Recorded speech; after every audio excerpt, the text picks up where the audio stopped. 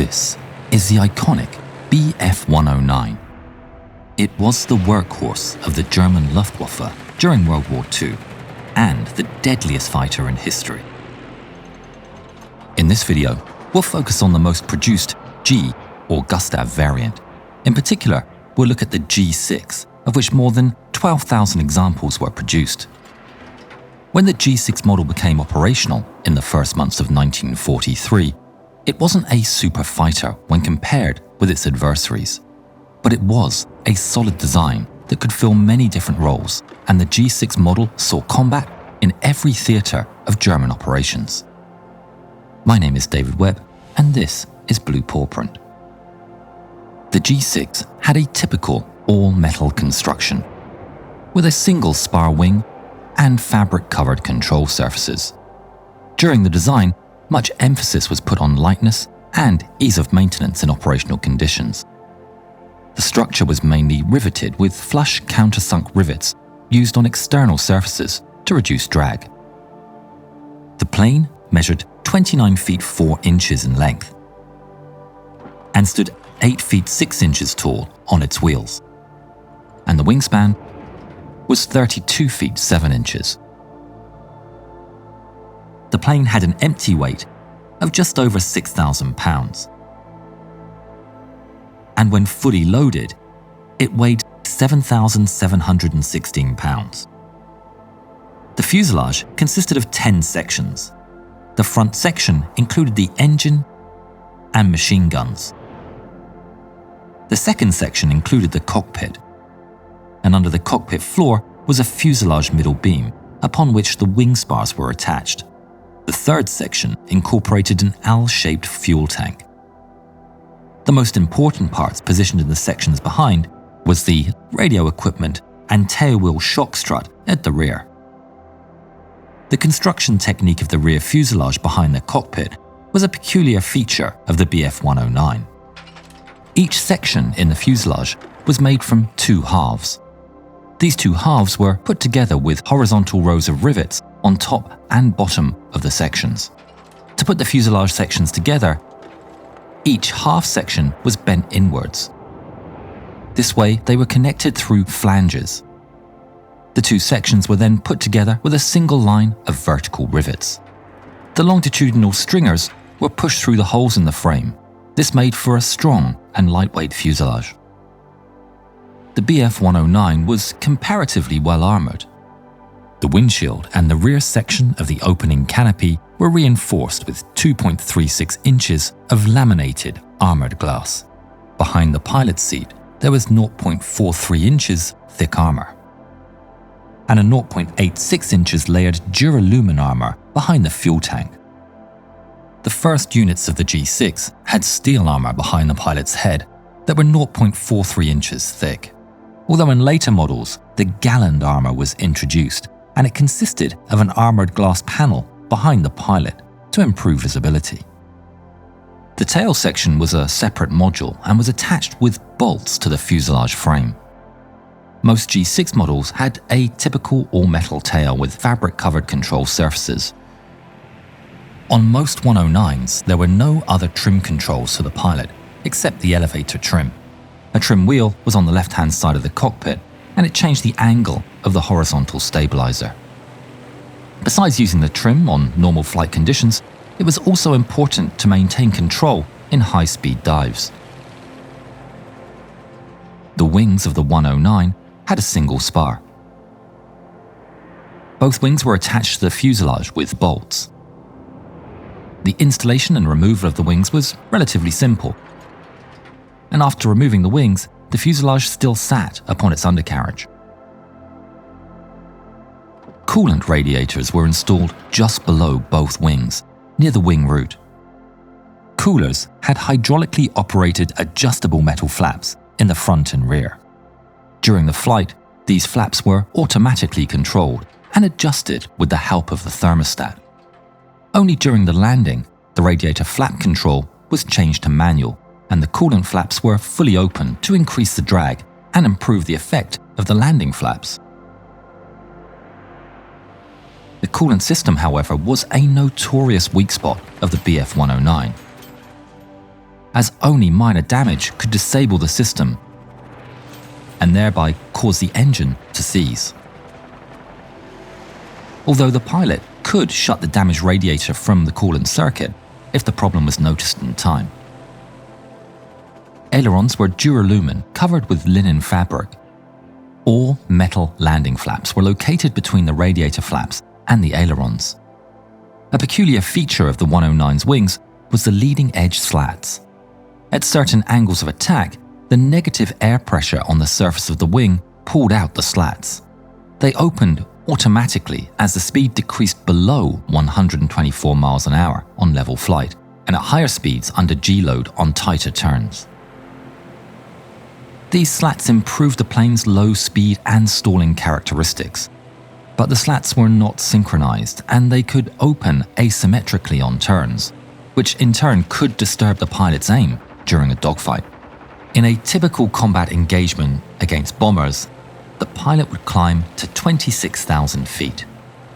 The Bf-109 climbed well, and the time to altitude was about 10 minutes. While climbing, the pilot would turn on the oxygen system. The 109 would rarely fight alone, and as the pilots approached the combat area, weapons would be switched on. The standard armament consisted of one 20mm MG-151 cannon, installed between the cylinder blocks and firing through the hollow propeller axle. In addition, there were two 13mm MG-131 machine guns installed over the engine right in front of the cockpit. The machine guns created noticeable bumps on the cowling that are a feature of the model. Each 13mm machine gun held 300 rounds of ammunition, and the cannon magazine contained 200 rounds. The muzzle velocity of the 13mm machine guns was around 700 to 750 meters per second, and the rate of fire was around 900 rounds per minute, or 20 seconds of continuous fire. For the 20mm cannon, the muzzle velocity was 700 meters per second, and the rate of fire around 700 rounds per minute, or about 17 seconds if the pilot continuously fired. The pilot would generally engage enemies at a maximum distance of 760 yards. But the ground crew could adjust the guns to converge at different distances, depending upon the pilot's preference. The guns were able to be effective at longer ranges. In tests, the MG-131 was found to be able to hit on target over 1 mile away. The weapons were charged electrically, and white markers would appear above the ammunition counters to show that the weapons were ready.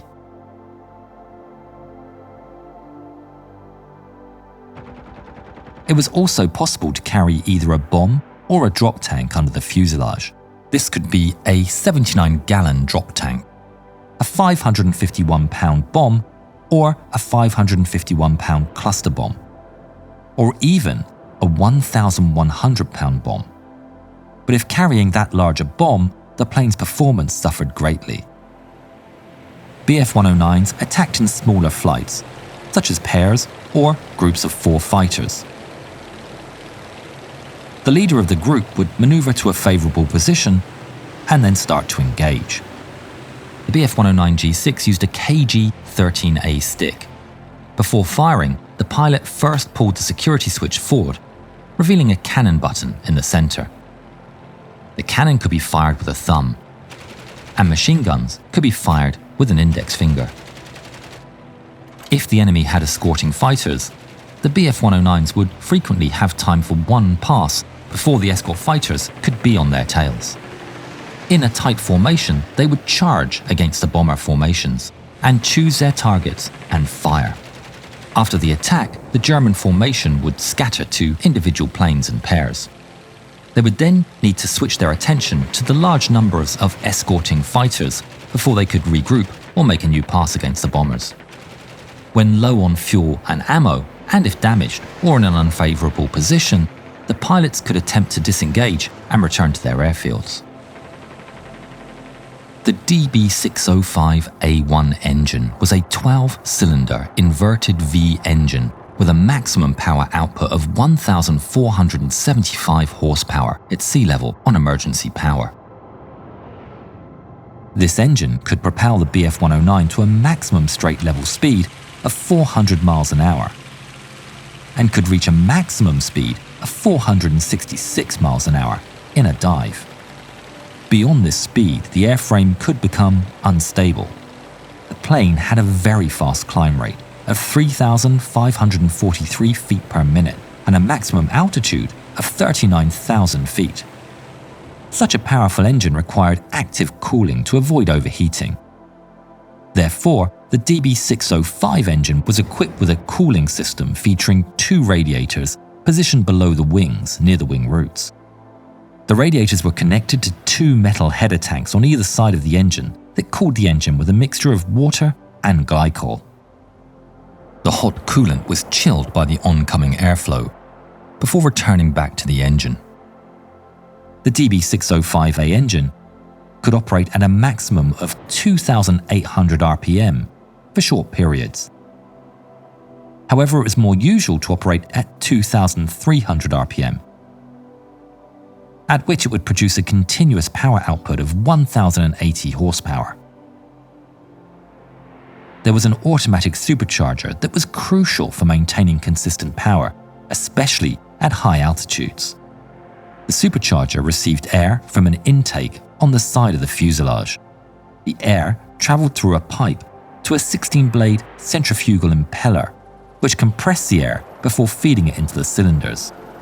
During climbs and intense maneuvers such as dogfights, the supercharger boosted the intake pressure, providing a power boost, but the supercharger could overpressure the engine if the pilots were not careful. The propeller was metal-bladed and it had a diameter of 9.8 feet. It was fitted with an automatic propeller pitch adjusting mechanism that greatly lessened the pilot's workload in combat situations. A horseshoe-shaped oil tank with a volume of 9.51 gallons was installed in the front part of the engine. The oil cooling system was installed below the engine. The engine had 2 major overhaul periods, and each overhaul was conducted after 100 hours of flying. Throughout its operational history, one of the most serious drawbacks of the 109 was its limited range. The main fuel tank was an L-shaped self-sealing rubber tank with a capacity of just over 105 gallons. Internal fuel provided only about 1.5 hours of flying time on combat missions, or around 161 miles of combat range. The fuel was fed into the cylinders by an injection system and 2 high-pressure pumps that sucked fuel from the tank. Standard G6 models used 87-octane fuel. That was a significant plus, as fuel with a higher octane rating was difficult to obtain in sufficient quantities. The 109's high-altitude performance was better than that of the Fw-190, which was especially important in defense missions on the Western Front. Due to the plane's limited range with internal fuel, especially on the Western Front, the external fuel tank was almost a standard item on combat missions. On the Eastern Front, this lack of range was not so huge a problem, as most of the action happened around the front lines, and German airfields were usually located within a short distance from the front line. The external fuel tank had a capacity of just over 79 gallons. With an external fuel tank, the operational range was increased to 280 miles. Fuel flowed from the external fuel tank to the main tank with the use of pressurized air. The pilot could monitor the fuel flow through a transparent tube inside the cockpit, and when he saw air bubbles or dirty fuel, the pilot knew that the external tank was empty. The landing gear was hydraulically operated. The G6's tailwheel was non-retractable. There was no emergency mechanism for retracting the landing gear, but the pilot could lower the landing gear in the case of hydraulic failure. A T-shaped handle on the right side of the pilot released locking pins on the landing gear. The gear would then lower under its own weight. In order to fully extend the gear, however, the pilot was instructed to roll from side to side. The landing gear was a weak point of the airplane. It's estimated that around 10% of Bf-109s were lost during takeoff and landings because of narrow landing gear. This caused problems for inexperienced pilots due to tip-overs. For field maintenance, it was possible to make large repairs and replace the wings while the plane was standing on the undercarriage. It was also possible to load the plane onto a train car or to attach the fuselage to a car so that the plane could be transported by road. This feature helped a lot in maintaining the planes in difficult field conditions and when recovering and transporting damaged planes to repair plants. A well-known feature of the Bf-109 was its very tight and cramped cockpit. This was especially noticeable when the 109 was compared with American planes. This small cockpit had its benefits as the cockpit was well designed and all the switches were within easy reach. The windscreen was a bulky-looking item with heavily welded frames. On a standard version, the canopy consisted of 3 parts, with the middle section being movable. On the left-hand side of the cockpit, the most noticeable features were 2 large handwheels to operate the flaps and the elevator trim. On the left side, the pilot had a primer pump, throttle lever. On the throttle lever, the pilot had a rocker switch for adjusting the prop pitch manually, fuel selector, tailwheel lock, and the canopy emergency release handle.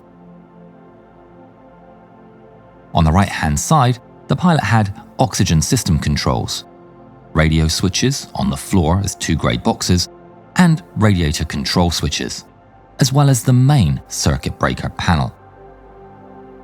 There was a large yellow tube fitted with a small transparent tube inside. Through this tube, fuel from the external tank was fed to the main tank, and from the transparent panel, the pilot could monitor to see that fuel was flowing correctly. The main instrument panel had basic but adequate instruments. On the bottom left corner was the landing gear indicator lamps and landing gear push rods. On the left-hand side and in the center of the panel was the navigation instrument panel with compass, speed indicator, altimeter, and a combined artificial horizon and turn bank indicator. On the right-hand side of the artificial horizon was the boost pressure gauge, and below it was the RPM gauge. Next to the RPM gauge was a propeller clock prop pitch indicator. On the right was the coolant temperature gauge, fuel gauge, and combined fuel oil pressure gauge.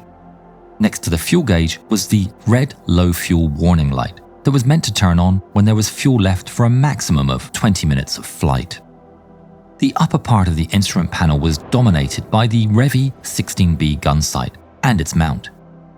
In emergencies, the gun sight could be pushed forward and turned sideways, so the pilot's head would not hit the gun sight in a rough landing.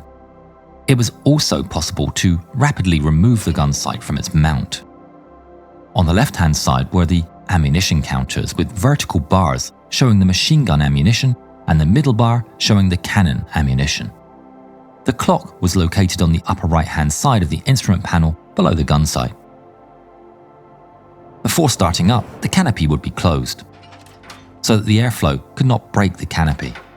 The trim would be moved to the +1 position, and the battery switched on. The prop pitch controller would be switched on, and the propeller switched to manual. Then the propeller pitch indicator would show 12 o'clock. After that, the propeller was returned to automatic, and the propeller pitch indicator showed the 12:30 position. Fuel valves would be opened. Throttle would be opened a third. Coolant radiator set to manual and fully opened. And the pilot gave 4 to 6 pumps from the primer pump. Fuel lines were filled by activating the electric fuel pump. When the mechanic gave the sign, the magneto switch would be moved to position M1+2. The starting handle would be pulled powerfully with the left hand. The pilot would press the pump while the engine ignited. When the engine started, the throttle would be decreased slightly. After checking fuel pressure and the engine was running properly, the electric fuel pump would be switched off. To taxi, the pilot would release the brakes and the plane would start to move. While taxiing, the plane is only controlled by using the brakes. It was difficult to see in front of the 109 while taxiing, and so visibility was very poor. To counteract this, the pilot made S-turns while taxiing. Often there was also a mechanic sitting on the wing, giving directions. For takeoff, the pilot would ensure the canopy was closed, the tail wheel was locked, and the trim adjusted to +1. Flaps would be set to 20 degrees open, and the propeller to automatic. The coolant radiator would be set to automatic and electric fuel pump switched on. The engine power would be steadily increased until the boost pressure reached 1.4 ATA. The 109 was known to swing right and left on takeoff, and the movement had to be countered by appropriate use of rudder, which could cash out inexperienced pilots. At 62 miles an hour, the tail would lift, and at that point, the rudder became much more effective. When the speed reached just over 105 miles an hour, the plane would lift. Just after liftoff, the pilot would brake the wheels to stop them from spinning and retract the landing gear. The Bf-109 is the most produced single-seat fighter aircraft in history, with a staggering number of 34,000 units built. It saw combat in a wide variety of environments, from the freezing cold of the Arctic theatre to the heat and sand of the Mediterranean, and from treetop heights on the Eastern Front to the edge of the stratosphere in the defense of the Reich missions. Around 30,000 enemy aircraft were destroyed by the Bf-109 during its service, making it the deadliest fighter in history in terms of aerial kills. By the time the Bf-109 G6 was introduced in February 1943, Germany had already started losing the initiative on the front lines. The Gustav carried many of the most successful and well-known fighter aces in history. It was also a plane in which some of the most famous aces perished as the tide of the war gradually turned against Germany and the Luftwaffe.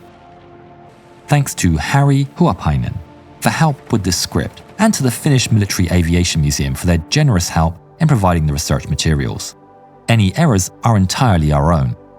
If you spot any, then please let us know in the comments. We're looking to continuously improve.